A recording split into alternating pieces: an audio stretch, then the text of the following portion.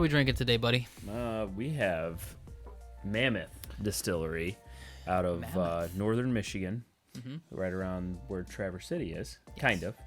And this is a 16-year single barrel rye. 16-year single barrel rye. Total wine. It's a total wine pick. I'm pretty excited about this one. I mean, I have never had a 16-year rye before. Yeah, are they out of Bel Air, by the way? Well, that's a good question. No, this says this says Central Lake, Michigan, which, to be honest with you, I don't know where that is. Okay. It says it was aged, blended, and bottled by Mammoth. So I don't know. What that tells me is that it could be sourced. Sure. And then they just aged it themselves. I don't know. Okay. Oh, I see what you're saying. So they got it like a base. Aged, blended, and bottled. Aged, blended, and bottled. Does not say distilled. Interesting. Mm-hmm. Okay. But I do know they sourced for a while. Yes. Yeah, and I think some of their older stuff might be around 8 years old. I could be wrong, though. Yeah. I haven't been there in a while, but it's a nice facility. They have at least one of their tasting rooms I've been to. I don't think I've been to their distillery yet, but yeah, let's. Should I pop it? Yeah, let's pour it, man. Okay, let's get it poured. So let's talk. Let's talk a little bit about that. So like, craft, right? So where does it kind of fall in your list of priorities when you're looking at whiskey? We'll have a trash can here. Oh, we don't. Yeah, you're just gonna throw it on the ground. Someone will. Pick it up. Where's my priority? I don't think I even have a. Let me try that again. Let me try that. Ooh. So you don't have a priority when it comes to where your whiskey comes from. You're like. Ooh, that's some light-looking stuff. For 16 years? Yeah. Well, let me get my train of thought. Thank you, buddy. Oh, jeez. I almost dropped that. I tried to get some of the whiskey that was coming out, you Whoa. know, off of it. Tried to. I get like Tabasco hot sauce on the nose.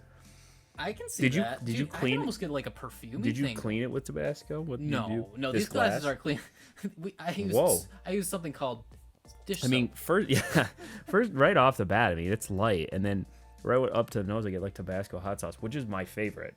Maybe that's very granola of me, but I love Tabasco hot sauce. It's very granola of you? Like basic, you know. I think that's a term. I don't know. So we don't. Yeah. I'm not up to date on that. I'm a millennial. There.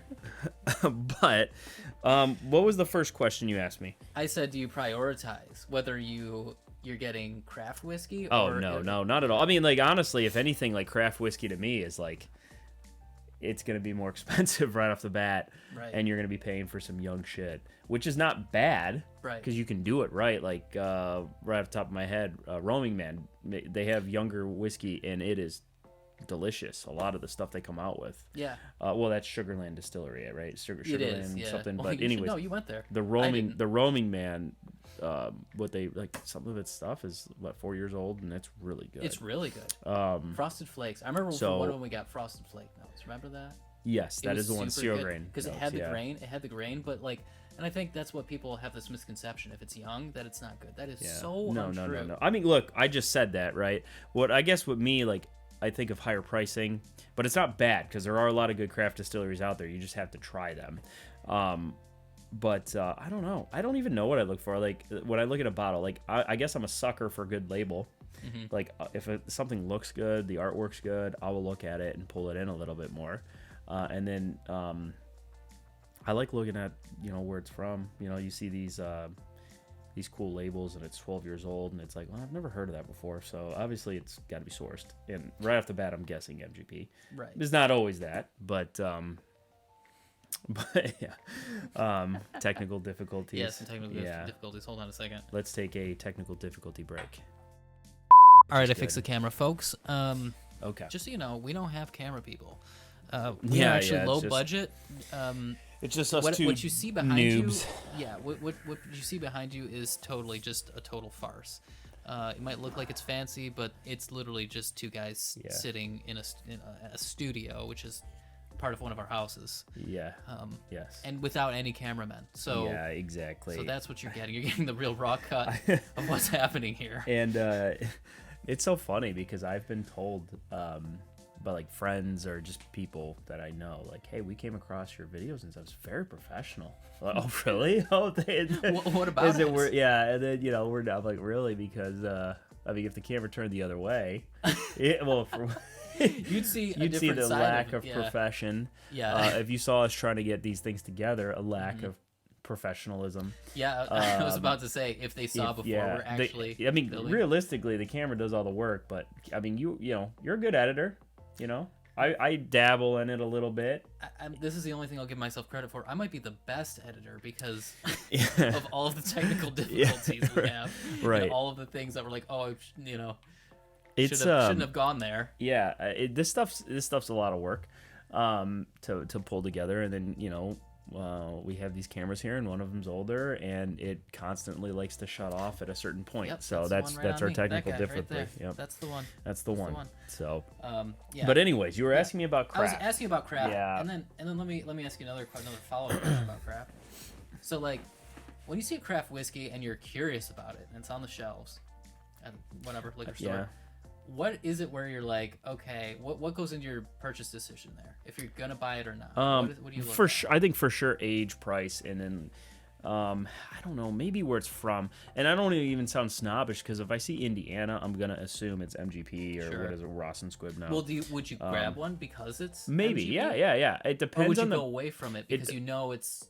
It depends on the price and the age. Now, right now you can basically close your eyes and throw a dart at any bottle on a shelf, and there's probably a 60 to 70% chance it's MGP anyways. Right. And that's fine because MGP is really good. Right. They've proven that, but I think it's so funny you see all these new labels and it's just MGP. It's just the story and we brought this brand back and whatever, that's fine. Right. But I guess it still can be different depending on what mash bill you get from them, the 36 or the 21 or the 95.5 rye. Right. But it's so funny all these awards being won by these 95.5 ryes made in Indiana.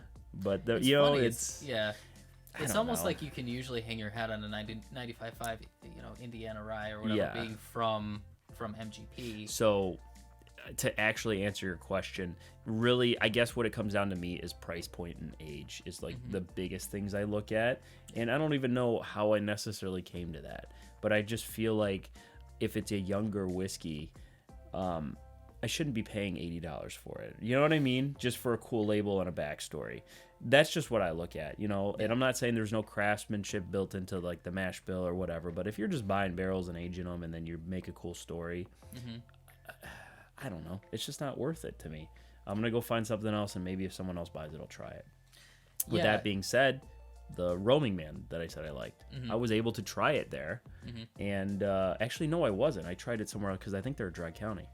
You got a 375 from them. I think that's all they come in. I don't know. The counties around it are dry. But anyways, I tried one first, liked it, and then I was able to go there and buy one. They're not a dry county. What am I don't know. It's in. It's hard to tell. It was in Gatlinburg. It was Pigeon Forge or Gatlinburg is where they're at. Okay. In Tennessee. And I'm glad I got it. I mean, it was $50 for a 375. So that's expensive for something. It was bottled and bond is 4 years old. But I already knew going in that they made good stuff because I tried it before.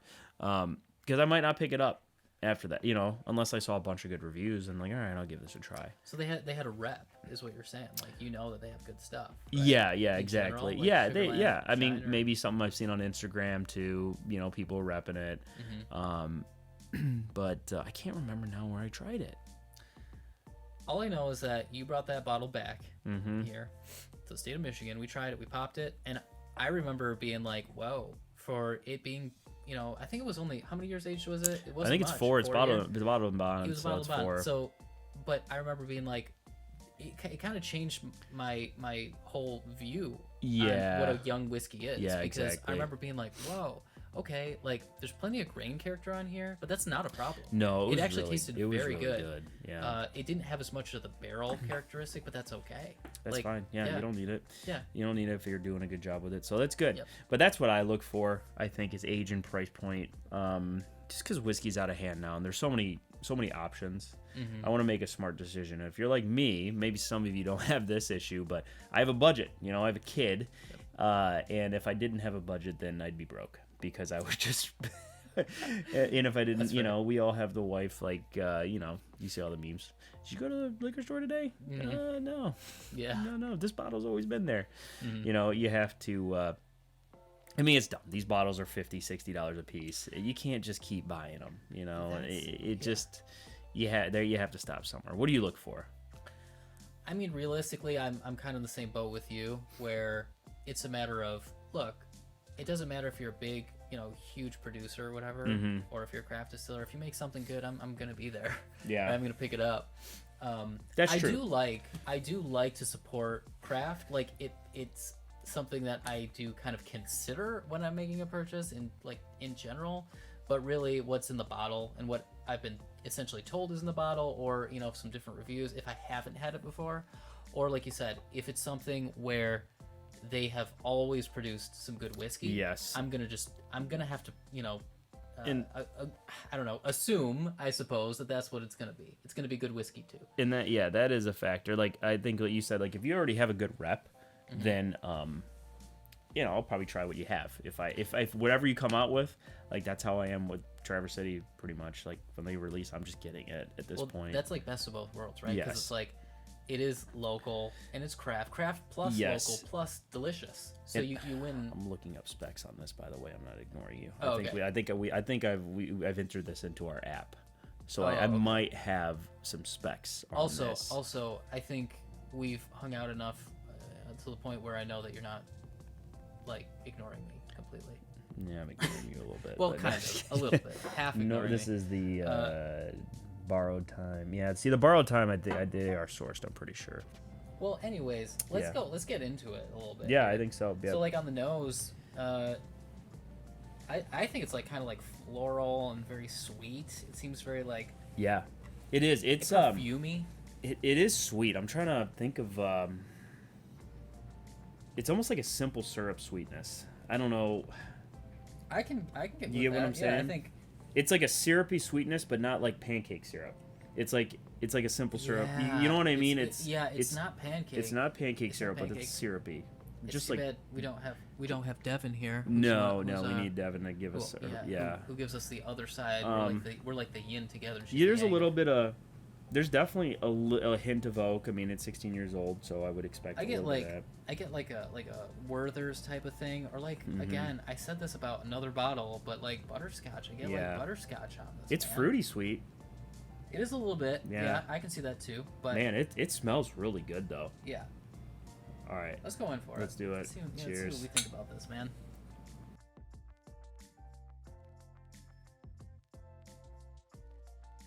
I'm actually pretty happy with that. Wow. Yeah, that is going all the way down. Yeah. Like, I can feel that. Still going. The spice is all throughout. Nice. That's the finish. Long finish. Still going for me. That went all the way down to my stomach. I can feel it going in there, and that might be because I have not had lunch. Yeah. This is not our first pour. Right down to the sphincter. Yep. Yeah. It's in the afternoon. Yeah. So we're good. We're way past the. No one will know that plus for sure. noon. Yeah, like past noon. Wow, that is really good. If you definitely get like the rye characteristics. It has. So at first, I don't get tons of spice, but then as soon as like on the end palate, basically on the finish, tons of spice. Yeah. I almost get like a hard cherry hard candy, almost like a dry, like that. It almost like it leaves your mouth dry. For me, like it's a drier finish. 100%. But like it's after you eat that cherry candy and then you're done with it and then your mouth's just like dry and it lingers. Cherry hard candy. Yes. I think I've ever had. Yeah. Like normally I'm like, I can see it. I can get the cherry, when that's our notes or whatever. But this one, it's like for sure that's cherry hard candy. Yeah, that's all day. Cherry hard candy. All day. Yep. So, anyways, good option. Yeah. Very delicious. I don't know what you think about, what is it, 15? Did you say 15 or 16 years? This is a 16 year. So this one is 16 years old. This is 128 proof. It's bottle 128. I don't know necessarily how many bottles they released out of this. Well, it's kind of funny, right? Like, you're like, oh, it's light, right? And it's been 16 years aged, and so you kind of judge it a little bit on the eyes. They have QR code on the back. Oh, nice. Yeah, you judge Right. a little bit by what it looks like, the visuals, but it's interesting that it has so much flavor. It has a lot of flavor, Yeah. and it's good. And like it's, I don't know, it's very well A little balanced. bubble gum too on this one. A little bit of bubble gum. Yeah. Oh yeah. I can get that as part of the on sweetness. late finish. Yeah, for sure. Bubblegum sweetness. Yeah, it's definitely interesting and pleasurable. And honestly, the other thing is, what's the proof on this guy? Sorry. 128. 128. It doesn't drink like a 128 for me. No, it doesn't at all. It's less. Well, this is It drinks cool. as less. Their website actually takes you. It doesn't look like it's been updated, and it certainly doesn't look like this one was on here. But it takes you to their barrel picks currently in circulation, and the most recent one, 14-and-a-half-year-old from Tippins Market, but that was from November of 2020. Oh, So wow. this one's not on here, but it does take you. It does take you right. I mean, this 16-year man, that's good. There's something special here. Well, Kevin, I actually really like this. I'm do too. happy that we opened it here, and we need to pay Mammoth a visit because it's been a while. since All I've right, been yeah, there. Mammoth. So, If you're watching yeah. this, probably not. But if you are watching this, we Yeah. are gonna come give you a visit. Yeah. And we'll be there soon. But yeah, you know what? Let's wrap this up. Yeah, you know, I 'cause think so. We've been It'd be going talking on too long much. enough. These guys have been watching us. Yep. All right, guys. Thanks so much for joining us today. If you liked what you saw, please give us a like. And if you want to see more stuff like this come down the pipeline, then just be sure to subscribe. Yep.